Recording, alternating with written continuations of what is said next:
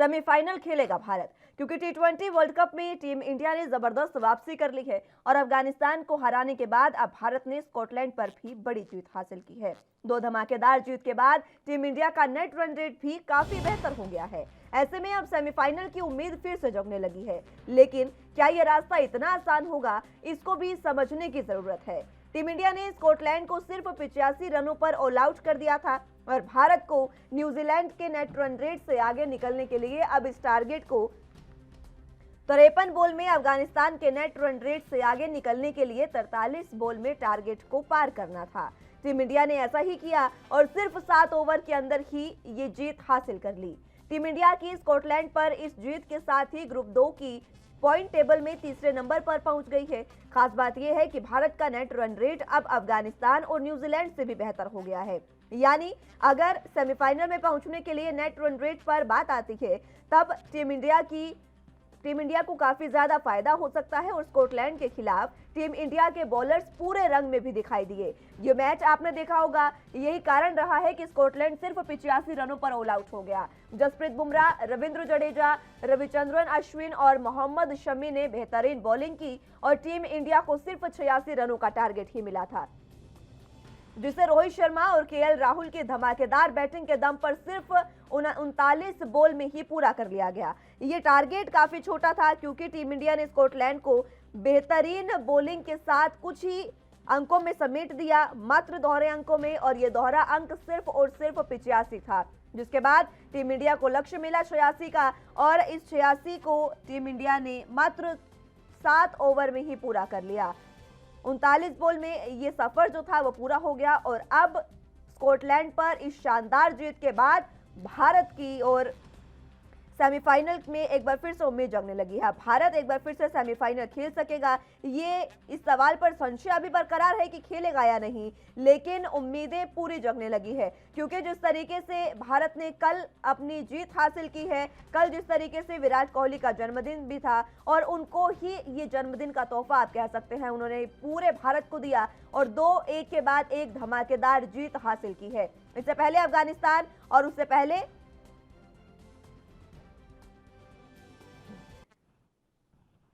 अफगानिस्तान और उसके बाद अब स्कॉटलैंड को। अब आपको बता दें ग्राफिक्स के जरिए कि भारत का सेमीफाइनल में पहुंचना कैसे संभव है।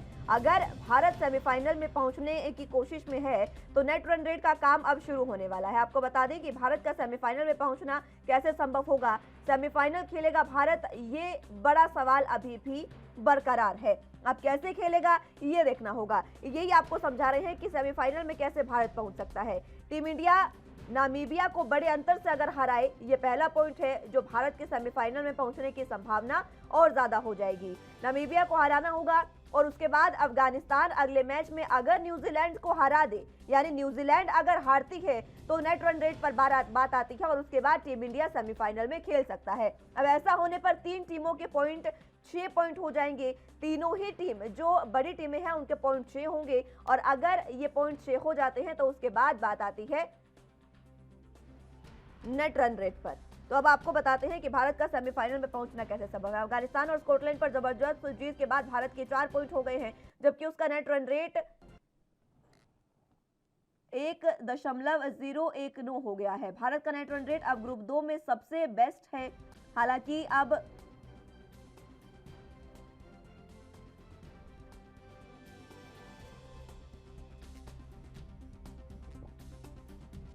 देखना होगा कि भारत सेमीफाइनल में किस तरीके से पहुंचता है।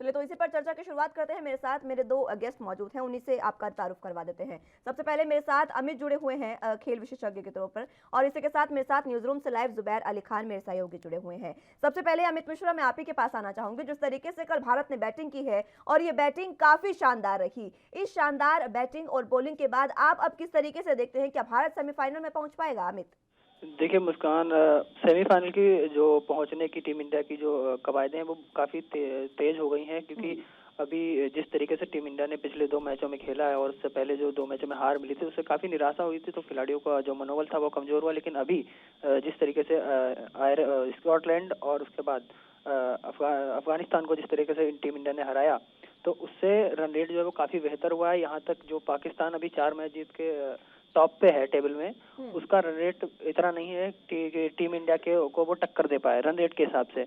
हालांकि उसने 4 मैच जीते तो उसके हिसाब से उसका 8 पॉइंट है और टीम के टॉप पे है वो पाकिस्तान। तो देखना ये होगा कि और अभी सबसे बड़ी बात यह है कि टीम इंडिया की जो किस्मत की बात कहेंगे, अगर टीम इंडिया की किस्मत है वो निर्भर करती है न्यूजीलैंड और अफगानिस्तान के मैच पे।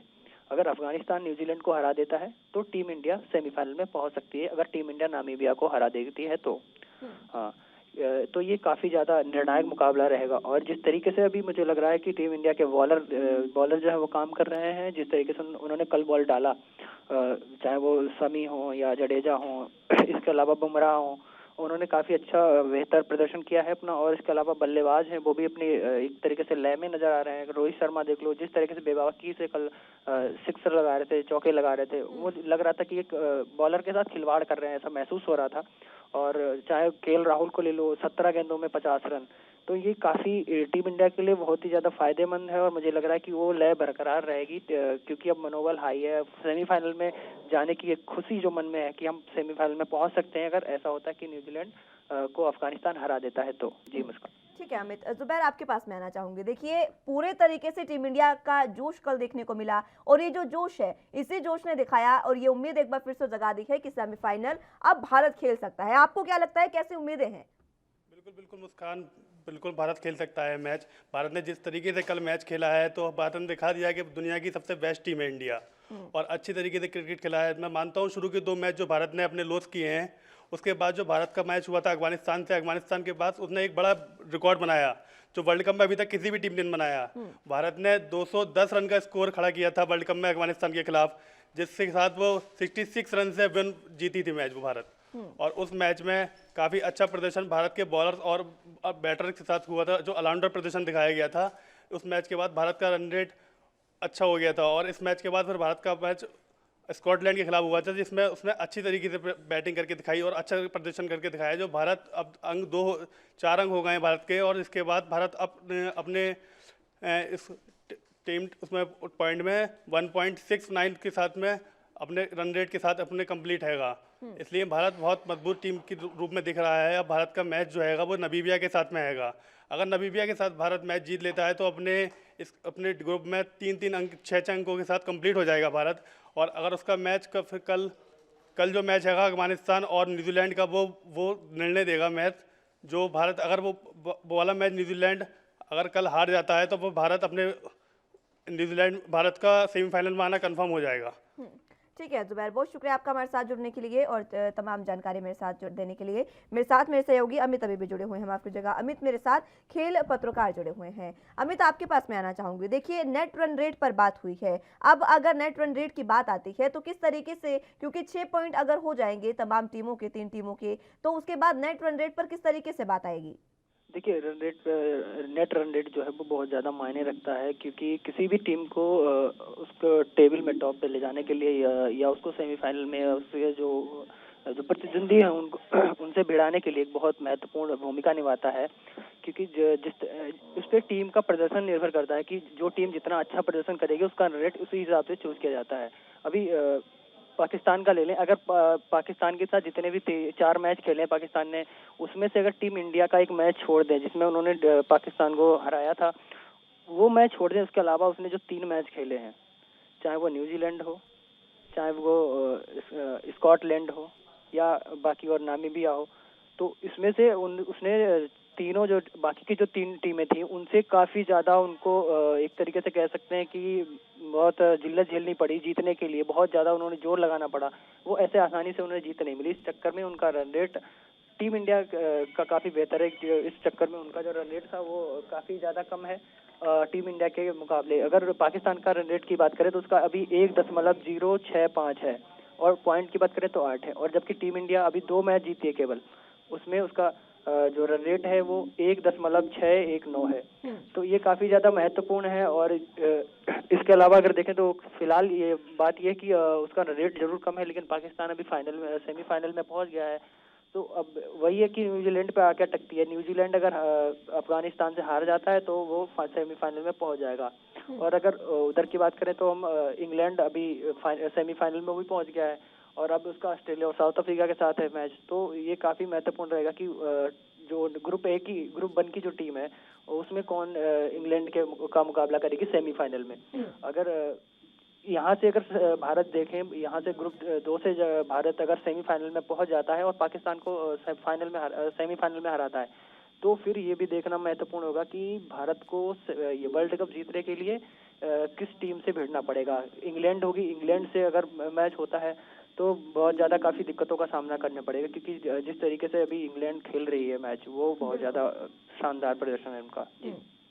जी अमित जी, देखिए ये सबसे अहम बात है कि अब भारत अगर सेमीफाइनल में भारत की एंट्री होगी तो वो निर्भर करता है अफगानिस्तान और न्यूजीलैंड के मैच पर। न्यूजीलैंड अगर हारती है अफगानिस्तान से तभी भारत को कहीं ना कहीं चांसेस होते हैं कि सेमीफाइनल में पहुंचे। अब आपको क्या लगता है कि अफगानिस्तान और न्यूजीलैंड किस फॉर्म में है? क्या वाकई अफगानिस्तान इस फॉर्म में है कि वो न्यूजीलैंड को हरा सके? नहीं, देखिए अफगानिस्तान की जो एक तरीके से टीम, उसके ऊपर भरोसा जताया जा सकता है कि वो न्यूजीलैंड को हरा सकता है, क्योंकि उसने ये पहली बार नहीं होगा। अगर वो हरा देता है तो बहुत ज्यादा सरप्राइज वाली बात नहीं होगी अफगानिस्तान के लिए, क्योंकि अफगानिस्तान की जो टीम है वो बेहतर करती है, T20 में करती आई है। और इससे पहले अगर बाईलैटरल सीरीज जितनी भी हुई है, इंग्लैंड हो, ऑस्ट्रेलिया हो या इसके अलावा न्यूजीलैंड हो, जितनी भी बड़ी बड़ी टीमें हैं तो वो उनको हरा चुके हैं जो बाईलैटरल सीरीज होती हैं। तो इसमें कोई सरप्राइज वाली बात नहीं होगी। अफगानिस्तान की अच्छी टीम है, उसके जिस तरीके से उसके खिलाड़ी देखे, ओपनर शहजाद को देखें, वो बेहतर अच्छे शॉट लगाते हैं वो, और जिस तरीके से वो अभी फॉर्म में है, ये भी फॉर्म एक बहुत ज्यादा महत्वपूर्ण रहती है किसी भी खिलाड़ी के लिए। अगर वो अभी सही प्रदर्शन कर रहे हैं तो ये हमारे लिए, टीम इंडिया के लिए भी अच्छी बात है और अफगानिस्तान के लिए अच्छी बात है। लेकिन वो फिलहाल वो बाहर हैं, लेकिन ये है कि वो उतनी ज्यादा उनको निराशा नहीं होगी कि हाँ ठीक है हम सेमीफाइनल में जाके हार गए। लेकिन न्यूजीलैंड को अगर वो हराते तो उन्हें बहुत ज्यादा एक तरीके से कहते हैं खुशी महसूस होगी। तो वो टीम काफी बेहतर है, अच्छा कर सकती है। ठीक है, अब वो टीम अच्छा कर सकते हैं, लेकिन देखना होगा कि फाइनल में किस तरीके का मुकाबला होगा। मैं आपसे समझना चाहूंगी कि अब अगर अफगानिस्तान न्यूजीलैंड को हरा देती है, उसके बाद आगे के समीकरण क्या बनेंगे? जिस तरीके से नेट रन रेट पर बात आएगी और उस नेट रन रेट में 3 टीमों के जो पॉइंट है वो 6 हो जाएंगे। उसके बाद तय होगा कि सेमीफाइनल में कौन जाएगा। भारत सेमीफाइनल में अगर जाता है, न्यूजीलैंड हारती है, तो भारत का मुकाबला आपको क्या लगता है किस टीम से हो सकता है आगे के मैचों को देखते हुए? देखिए, अगर आगे की बात करें तो अगर भारत और नामीबिया का भी अगला मुकाबला होना है 8 तारीख में, तो ये अभी नामीबिया का जो रन रेट है वो तो माइनस में जा रहा है, और भारत अभी काफी अच्छी, अभी अगर भारत मान लो अगर इतना ज्यादा महत्वपूर्ण तरीके से नहीं भी जीतता है, तब भी भारत का इतना रन रेट है कि वो न्यूजीलैंड से ऊपर जा सकता है पॉइंट टेबल में। अगर ये नामीबिया को हराता है, वो ज्यादा मतलब अगर 10-20 रन से भी जीत लेता है या 7-8 विकेट 5-6 विकेट से भी जीतता है भारत, तो वो न्यूजीलैंड की भी 6 अंक होंगे और भारत के भी 6 अंक हो जाएंगे। इसके अलावा अगर अफगानिस्तान जीता तो अफगानिस्तान और न्यूजीलैंड और भारत के 6 अंक हो जाएंगे। तो रन रेट देखेंगे तो वो उसमें सबसे ज्यादा हाई होगा भारत का। तो भारत को जब 3 टीमें हैं, न्यूजीलैंड, अफगानिस्तान और भारत, तीनों 3-3 मैच जीत चुके हैं, तीनों के 6-6 अंक हैं, तो फिर पॉइंट तो मतलब 6-6 हो जाएंगे। लेकिन उसके बाद जो टेबल में टॉप पे दूसरे नंबर पे जाने की बात होगी, तब रन रेट की बात आएगी कि नेट रन रेट किस टीम से अधिक है। जिसका सबसे ज्यादा होगा वो सबसे टॉप पे जाएगी, मतलब पाकिस्तान के बाद दूसरा नंबर पे उस टीम का आएगा। तो अभी भारत की जिस तरीके से स्थिति है, पॉइंट टेबल की बात करें तो 4 पॉइंट है, और उसके अलावा रन रेट वो तो जो ग्रुप 2 की टीम है उनमें सबसे ज्यादा भारत का है। ठीक है अमित जी, मैं माफी के साथ आपको रोकना चाहूंगी, आप बने रहे हमारे साथ, जानकारी आपसे इसी बात पर लेते रहेंगे क्योंकि मैच है, भारत अब सेमीफाइनल में खेलेगा या नहीं इस पर संशय बरकरार है। फिलहाल बुलेटिन में यहाँ वक्त एक छोटे से ब्रेक का है, फौरन हाजिर होंगे।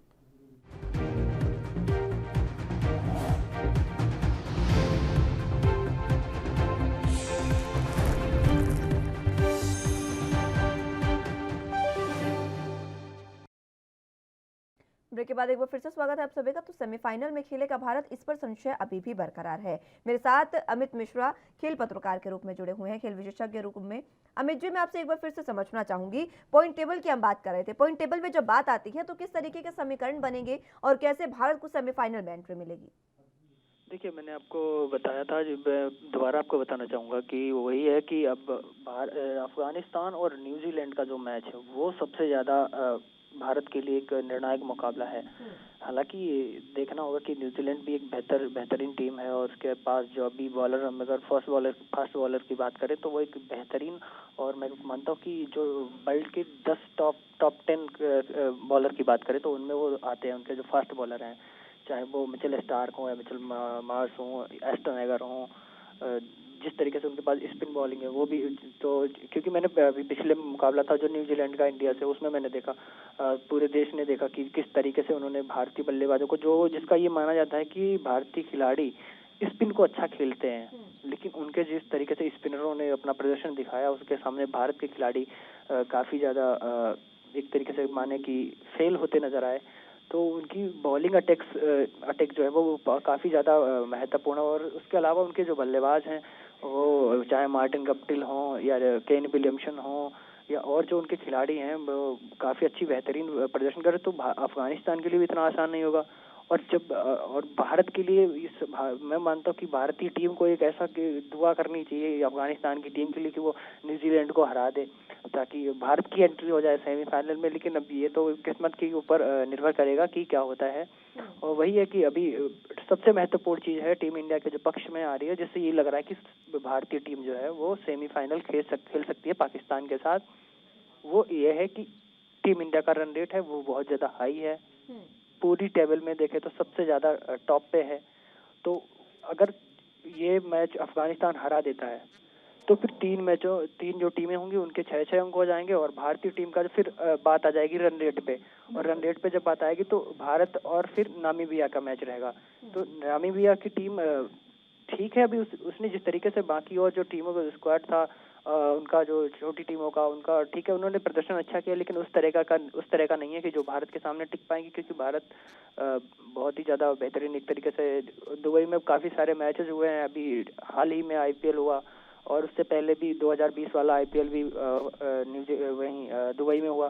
तो भारतीय टीम के लिए एक ये मान सकते हैं कि दूसरा होम ग्राउंड, जिस तरीके से पाकिस्तान के लिए दुबई का जो मैदान रहते हैं वो दूसरा होम ग्राउंड रहता है, वैसे टीम इंडिया के लिए भी है, टीम इंडिया के लिए भी दूसरा होम ग्राउंड माना जा रहा है। तो इस तरीके से टीमें जो पिचेज है वहाँ की वो भारतीय टीम के लिए काफ़ी ज़्यादा बेहतर है, भारतीय खिलाड़ियों को काफ़ी ज़्यादा सूट करती हैं। तो नामीबिया को ज़्यादा हराना मुश्किल नहीं होगा भारत के लिए, मुझे लग रहा है। और काफ़ी अच्छी मुझे लग रहा है कि जीत भी हासिल करेगा भारत, जिस तरीके से अभी पिछले मैच में। अमित जी देखिए, भाग्य पर अभी संशय बरकरार है कि भाग्य अगर साथ देता है तो ही जो भारत है वो, टीम इंडिया जो है वो सेमीफाइनल में जा पाएगी। और वाकई कल जिस वीरता के साथ टीम इंडिया का प्रदर्शन रहा, जिस वीरता के साथ हमने मैच जीता, लगता है कि वाकई सेमीफाइनल में भारत की एंट्री हो सकती है, क्योंकि वाकई भाग्य जो है वो भी वीरों का साथ देता है। मैं समझना चाहूंगी आपसे कि अगर फाइनल में भारत और पाकिस्तान आमने सामने होते हैं, क्योंकि T20 का पहला मुकाबला भारत पाकिस्तान के बीच था, भारत बनाम पाकिस्तान था, उस समय में पाकिस्तान का,